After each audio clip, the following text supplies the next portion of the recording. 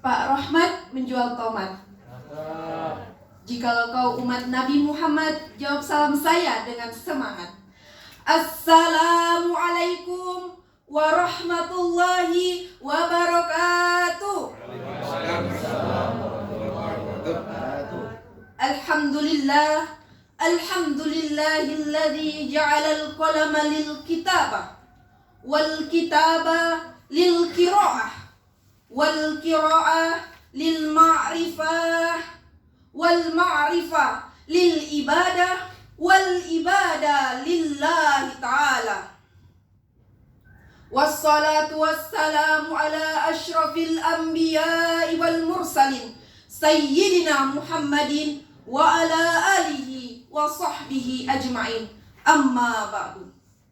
Yang saya hormati Dewan Juri yang arif dan bijaksana, serta seluruh sahabat fillah yang dirahmati oleh Allah Subhanahu wa ta'ala.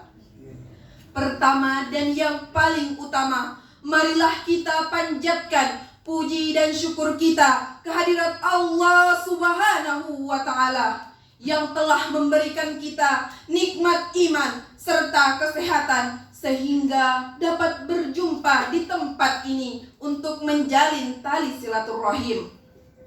Salawat ma'as salam selalu tercurah kepada sang habibana Nabi Muhammad sallallahu alaihi wasallam.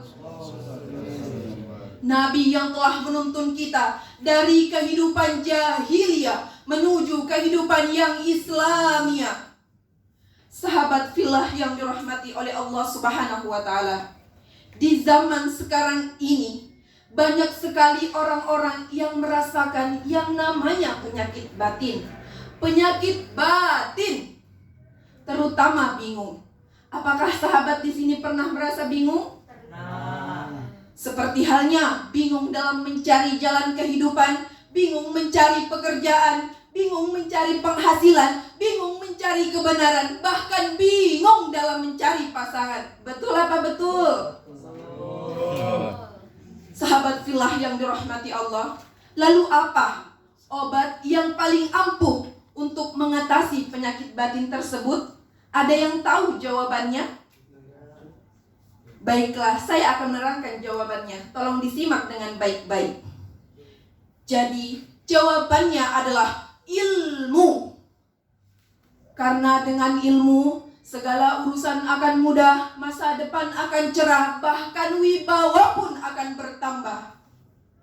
Sahabat fillah yang dirahmati Allah, Imam Syafi'i pernah berkata, hayatul fatah wallahi bil ilmi wat tuqah.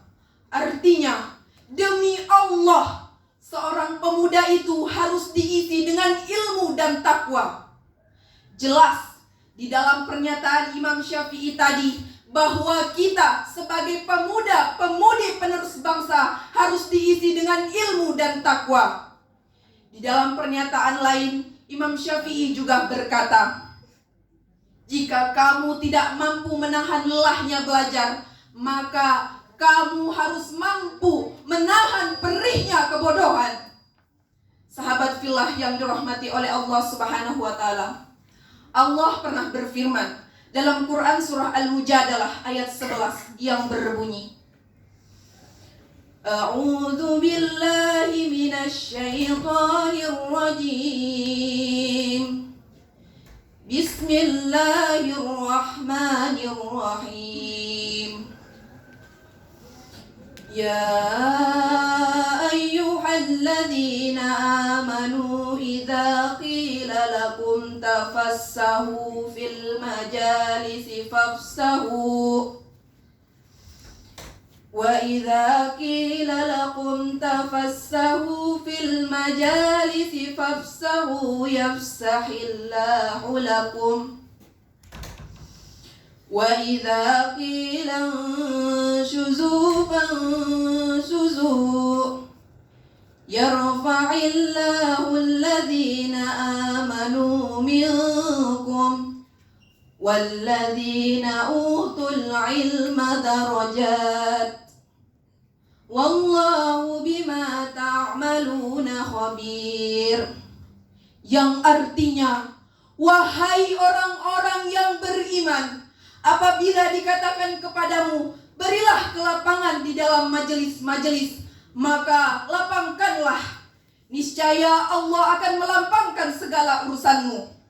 Dan apabila dikatakan, berdirilah kamu, maka berdirilah. Niscaya Allah akan mengangkat derajat orang-orang yang beriman dan orang-orang yang diberi ilmu beberapa derajat. Dan Allah Maha teliti apa yang kamu kerjakan.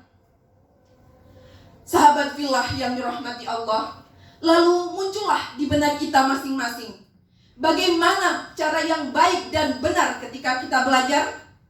Imam Syafi'i pernah berkata, "Wa man fatahu at-ilmu waqta syayaba bihi fakabbir alaihi arba'an liwafatihi." Artinya, barang siapa yang berhenti belajar ketika masih muda, maka ucapkan takbir sebanyak 4 kali, disolatkan karena dia telah mati. Apa arti dari kalimat tersebut? Artinya adalah ketika seseorang berhenti untuk belajar, berhenti untuk menuntut ilmu, maka orang tersebut telah mati dalam kehidupan dunia ini. Sahabat fillah yang dirahmati Allah, maka dari itu, cara yang baik dan benar ketika kita belajar adalah, yang pertama, dengan mencari guru yang tepat. Yang kedua, dengan gemar membaca buku atau kitab. Yang ketiga, senantiasa berkumpul dengan para pencari ilmu. Maka Allah akan memasukkan kita ke dalam surganya. Insya Allah. Amin. Amin ya Rabbal alamin. Sahabat fillah yang dirahmati oleh Allah Subhanahu wa ta'ala, mungkin itu saja yang dapat saya sampaikan. Lebih dan kurangnya saya mohon maaf. Apabila ada kelebihan, itu datangnya dari Allah Subhanahu wa ta'ala, dan apabila ada kekurangan, itu datangnya dari saya sendiri sebagai makhluk ciptaannya. Sekian dari saya. Wabillahi taufiq wal hidayah. Assalamualaikum warahmatullahi wabarakatuh.